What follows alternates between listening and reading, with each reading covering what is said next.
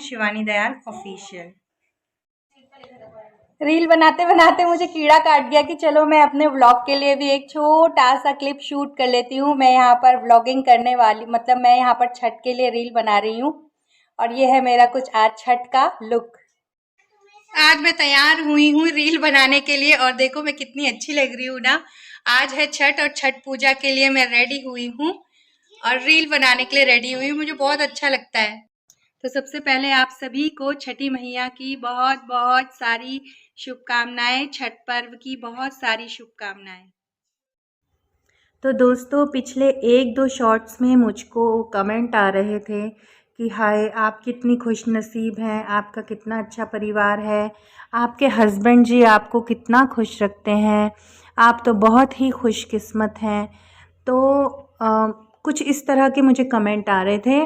तो मैं आप सभी लोगों को देखो एक बात बताना चाहती हूँ, हर कोई खुशनसीब नहीं होता, ये मैं जानती हूँ, लेकिन अपने परिवार को बनाना, अपने परिवार में खुशियाँ लाना, ये एक औरत के हाथ में भी होता है और एक आदमी के हाथ में भी होता है। हम शुरू से ही इतने खुश नहीं थे।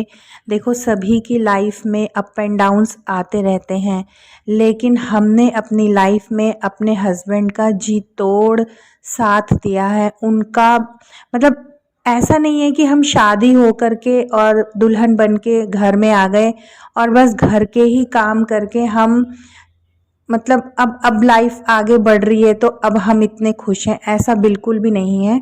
एक समय था जो कि यूट्यूब में, अब मैं आगे बताऊंगी, अभी कभी किसी ने मुझसे कुछ पूछा तो एक समय ऐसा भी था हमारी ज़िंदगी में जब हमारे को बहुत परेशानियां थी। हाँ, ठाकुर जी ने इतनी कृपा ज़रूर की कि कभी हमें भूखा नहीं सोने दिया, लेकिन उसके अलावा बहुत सारी परेशानियां जीवन में थी भाई हमारे भी। और ऐसा ही होता है, हम अपने हस्बैंड को कभी हमने अकेला नहीं छोड़ा। जितना उन्होंने बाहर काम किया हमने भी उनके साथ कंधे से कंधा मिला करके उनका साथ दिया और हमने अपने घर को भी संभाला, अपने हस्बैंड जी को भी संभाला, अपने हस्बैंड जी के काम को भी संभाला। और आज ये दिन देखने के लिए मिल रहे हैं कि हम अपनी खुशियां एक दूसरे के साथ बांट सक रहे हैं। आज हम आपको खुश दिखाई दे रहे हैं, हमारे पास ठाकुर जी का दिया सब कुछ है, लेकिन इन सब व्यवस्थाओं के पीछे ठाकुर जी की कृपा और हमारी कड़ी मेहनत भी रही है दोस्तों। ये जो आज आपको हमारे चेहरे पर मुस्कान दिखती है ना, घर परिवार में हंसी खुशी का माहौल दिखता है ना, ये यूं ही नहीं है। घर की औरत को अपनी जान लगा देनी पड़ती है एक घर को घर बनाने में। समझदारी, हिम्मत और हर चीज को कर लेने का कौशल होना चाहिए। पुरानी चीजों से सीखकर नई चीजों को संभालना संजोना आना चाहिए। जो जितना घिसेगा उतना ही चमकेगा। ठीक वैसे ही दुख तकलीफें जितनी ज़्यादा होंगी हम उतने ही सहनशील होंगे और अपने जीवन को बनाने के लिए, कुछ अच्छा करने के लिए हमारे मन में हमेशा एक ललक जगती रहेगी। ऐसा ही कुछ मेरे साथ भी होता था।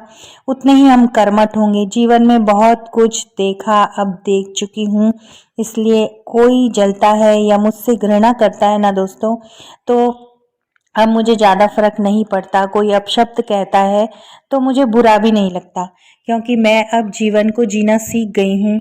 मैंने सीखा चीज़ों को बेहतर बनाना और आगे बढ़ते रहना। गलत, खराब, गंदा भूल कर आगे बढ़ना और अपनी मेहनत, समझदारी और हर काम में आगे बढ़ चढ़ कर हिस्सा लेना। आज मेरे कुछ परिचित हैं, वो मुझे बोलते हैं कि इनके जैसा होना चाहिए, ये सब कुछ कर लेती हैं, लेकिन मैं सच बताऊं आपको कि मैं सब कुछ नहीं कर पाती थी। कभी एक दिन ऐसा भी था, मैं सब कुछ नहीं कर पाती थी। मैंने देखा, सोचा, समझा, सीखा और तब मैं आज कुछ करने लायक हूँ।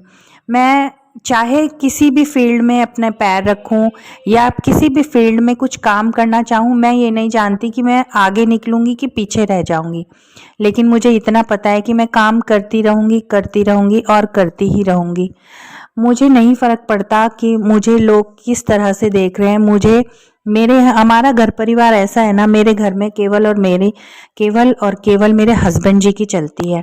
अगर उन्होंने किसी बात को लेकर मुझे मना कर दिया तो उस बात के लिए मैं ज़्यादा जिद नहीं करती, क्योंकि मेरे हस्बैंड जी मेरे से ज़्यादा समझदार हैं। और हमेशा अगर आपको अपनी गृहस्थी अच्छी बनानी है ना, तो आप हमेशा अपने हस्बैंड जी की बातों में चला करो।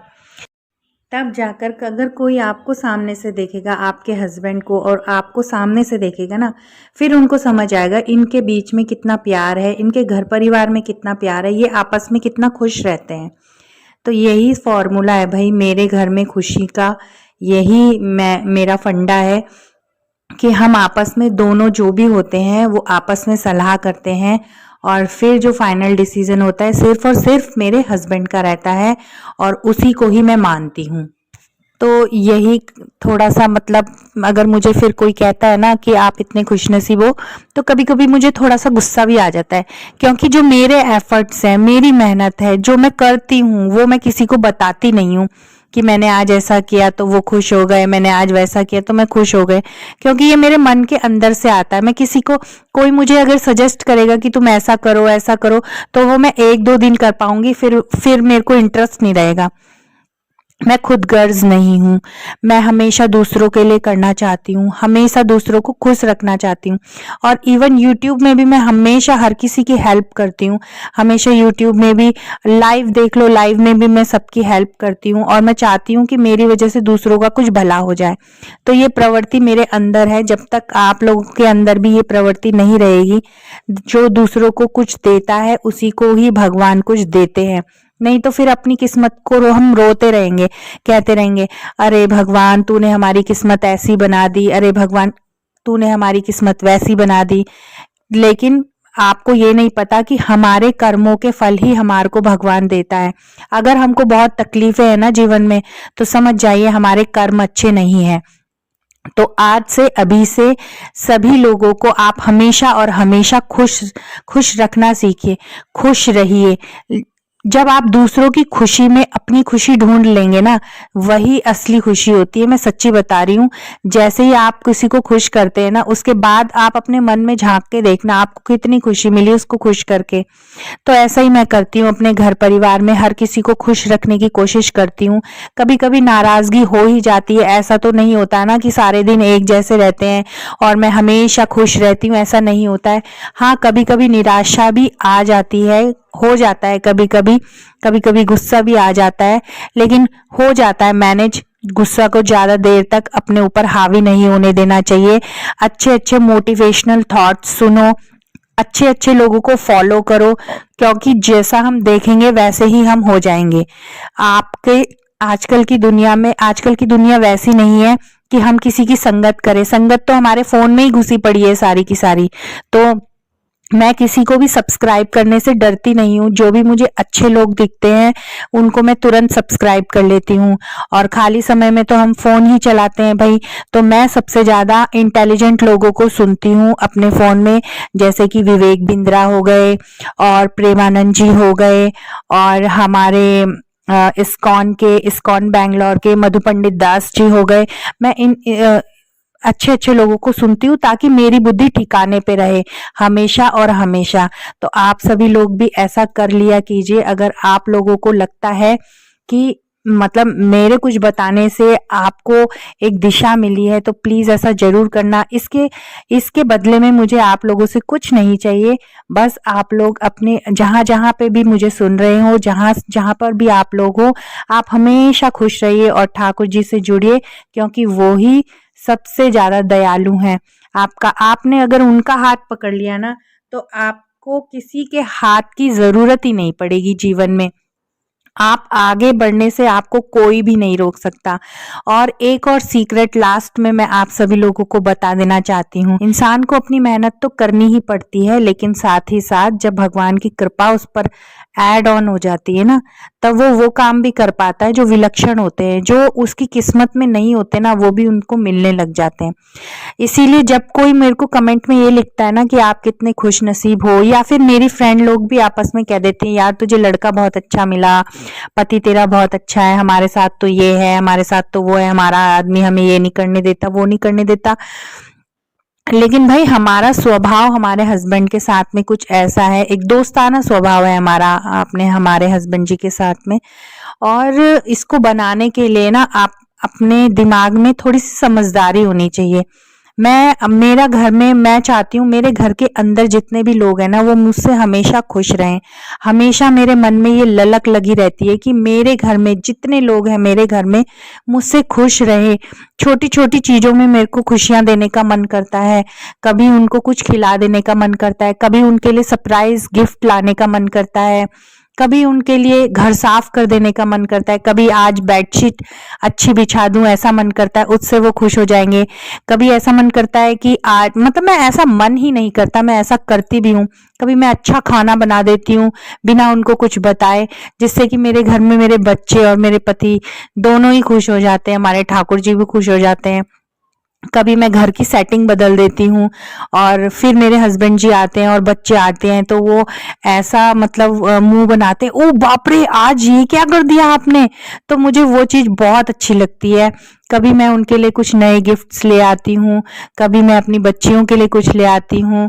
बेटा तो अभी मेरा छोटा है, नहीं समझता इन सब चीजों को, तो मैं ऐसे मतलब शॉक कर देती हूँ इन सब लोगों को, तो वो सब लोग खुश हो जाते हैं।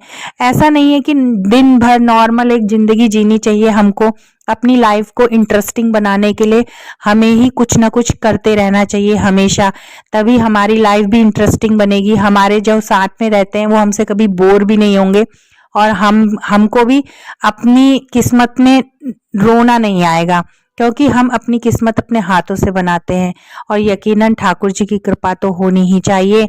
तो देखो ये तो थी हमारे आपस की बात। अब मैं आपको बताती हूँ कि मेरी लाइफ में टर्निंग पॉइंट कब आया, कब से मैं खुश नसीब हो गई कि आप सभी लोगों को ये कहने का मौका मिल रहा है कि मैं खुश नसीब हूँ और आपके हस्बैंड जी आपको इतना खुश रखते हैं। यकीनन मेरे हस्बैंड जी बहुत अच्छे हैं, बहुत संयमी इंसान है और बहुत ही शांत टाइप के इंसान है और बहुत ही शर्मीले भी हैं। अब मैं आपको बताती हूँ कि मेरी लाइफ का टर्निंग पॉइंट कब आया। मतलब कि जैसे कि आप लोग कह पा रहे हैं ना कि आप इतनी खुशनसीब हैं, इंसानों के करने से कुछ नहीं होता। जब भगवान जी की कृपा होती है ना तभी वो कुछ कर भी पाता है, तभी उसकी मेहनत रंग लाती है। इसीलिए मैं सभी लोगों को कहती हूँ कि ठाकुर जी से जुड़ो। तो ऐसा हुआ कि सडनली एक दिन ऐसा भी आया जिंदगी में जब ठाकुर जी की विशेष कृपा हुई और हमने वृंदावन में जाकर के दीक्षा ली। और जब दीक्षा ली तो हमने पहली बार ठाकुर जी के दर्शन किए, बिहारी जी के दर्शन किए और उनकी आंखें ऐसे चमक रही थी। उस समय मन में से पता नहीं, मैं कभी भी ऐसा नहीं होता है कि मैं कभी किसी मंदिर में जाकर के अपने लिए कुछ मांगू, कभी नहीं ऐसा हुआ आज तक, भूल जाती थी मैं।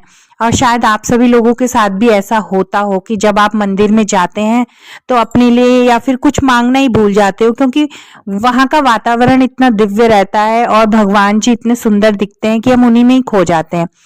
लेकिन वो टाइम ऐसा एक टाइम था जब मैंने बिहारी जी को देखा और मेरी आंखों से टल टल करके आंसू गिरने लग गए और मैं घूंघट निकाल रही थी कि मुझे कोई देख ना ले, मेरे हस्बैंड जी ना देख लें कि रो रही है, मेरे मम्मी पापा ना देख लें। शर्म आती थी मुझे भगवान जी के लिए रोने के लिए। तो शायद इसलिए होगा ये सब कि मन में जब दुख ज्यादा रहता है ना, तकलीफें ज्यादा रहती हैं, तो जब इंसानों से भी कुछ नहीं बन पड़ता है तो केवल और केवल भगवान के सामने हम अपने आंसू बहाते हैं कि हम, क्योंकि लास्ट एंड तो राम नाम सत्य ही होता है ना, राम का ही नाम सत्य है। इसीलिए हमारी आत्मा को तो पता ही है, हमें चाहे ना पता हो, कि हमारे लिए तो हमारे राम ही सब कुछ है। तो बस वही एक क्षण था कि जब पता नहीं क्या हुआ, मेरे मन में आंखों से आंसू मेरे गिरने लग गए और मन में से जो मेरे लिए सबसे ज्यादा इम्पोर्टेंट चीज थी वो मैंने उनसे मांग दी। और भाई 6 महीने के अंदर अंदर मेरी विश पूरी हो गई। 6 महीने के अंदर अंदर हमारे पास मतलब जितनी भी हमारी तकलीफ़ें थी और जितनी भी मैंने मेहनत करी थी, मेरे हस्बैंड जी ने मेहनत करी थी, उन सभी का फल हमें एक ही बार में मिल गया। और अब तो हम ठाकुर जी के भक्त हैं, भक्त बनने की कोशिश कर रहे हैं। और हमारे जो हस्बैंड जी हैं वो श्री जी के भक्त हैं जी, वो भी ट्राई कर रहे हैं भक्त बनने के लिए। लेकिन ये बात तो है कि वो उनको मान गए, उनको जान गए, क्योंकि लड़के ऐसे होते हैं ना कि जब तक उनको प्रमाण नहीं मिलते हैं ना वो किसी चीज को स्वीकारते नहीं है। उनको प्रमाणों के साथ बहुत कुछ ऐसे ऐसे चमत्कार दिखे हमारे जीवन में, और अपनी बॉडी में ऐसे चमत्कार दिखे कि मतलब मैं तो मानती ही थी, लेकिन हस्बैंड जी नहीं मानते थे, लेकिन वो भी अब मानने लग गए। तो लास्ट टर्निंग पॉइंट हमारा यही है, ठाकुर जी की कृपा हमारे पर हुई और ये सब कुछ हो पाया। जो आज इतनी हंसी खुशी का माहौल आप सभी लोगों को दिखता है हमारे घर परिवार में, सब कुछ भगवान की दया से सब कुछ है। सारे घर में भंडार भरे हैं, और गाड़ियों से लेकर 2 व्हीलर से लेकर 3 व्हीलर से लेकर 4 व्हीलर से लेकर हर चीज हमारे घर में है। तो ये सब और सब ठाकुर जी की कृपा है। अगर कोई भी पहली बार श्री धाम वृंदावन जा रहा है तो वहाँ कभी भी चप्पल पहन के मत चलना। क्यों? मैं ये इसलिए नहीं कह रही हूँ कि मैं बहुत हीरो बन रही हूँ कि भाई वहाँ तो श्री कृष्ण नंगे पैर डोलते थे, आप भी नंगे पैर डोलो भाई। नहीं, बिल्कुल भी नहीं। मैं इसलिए नहीं कह रही हूँ। अब कुछ लोग कहेंगे कि शायद जमाना अब तो बदल गया है, अब तो उस समय पे तो ऐसा होता था, उस समय पे वैसा होता था।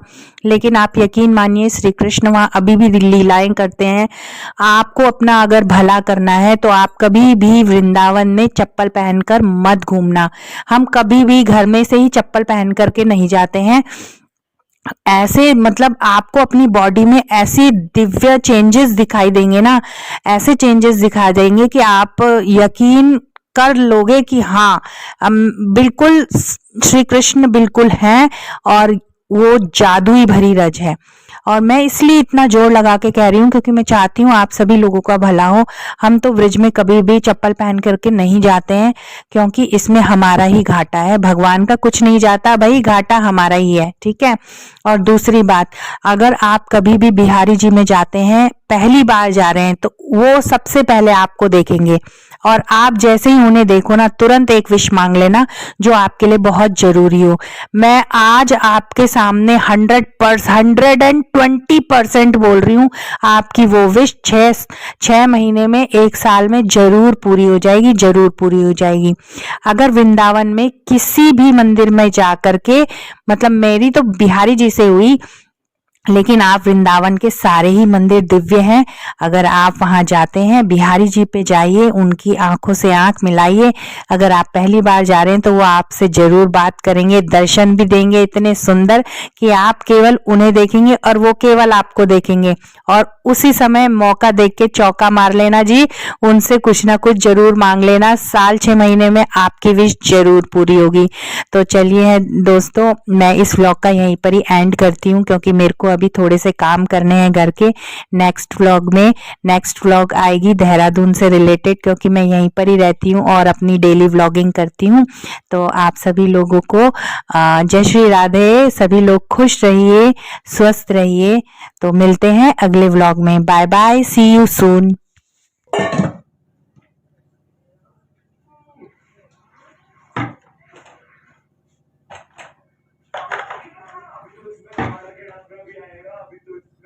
ला दूसरा वहां पर से वो दे दे ग्लास।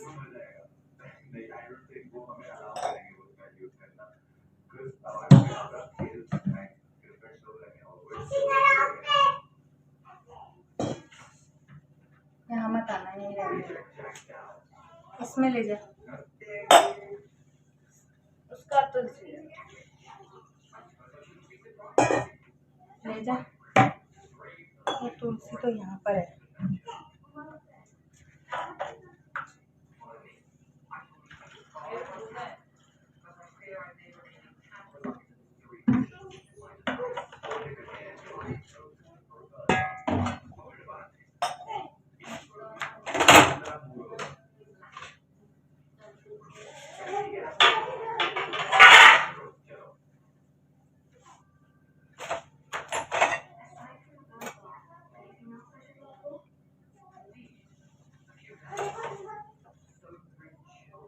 यहाँ मत आ, भूत के साथ जा रहा है। क्या काम है तेरा यहाँ पर?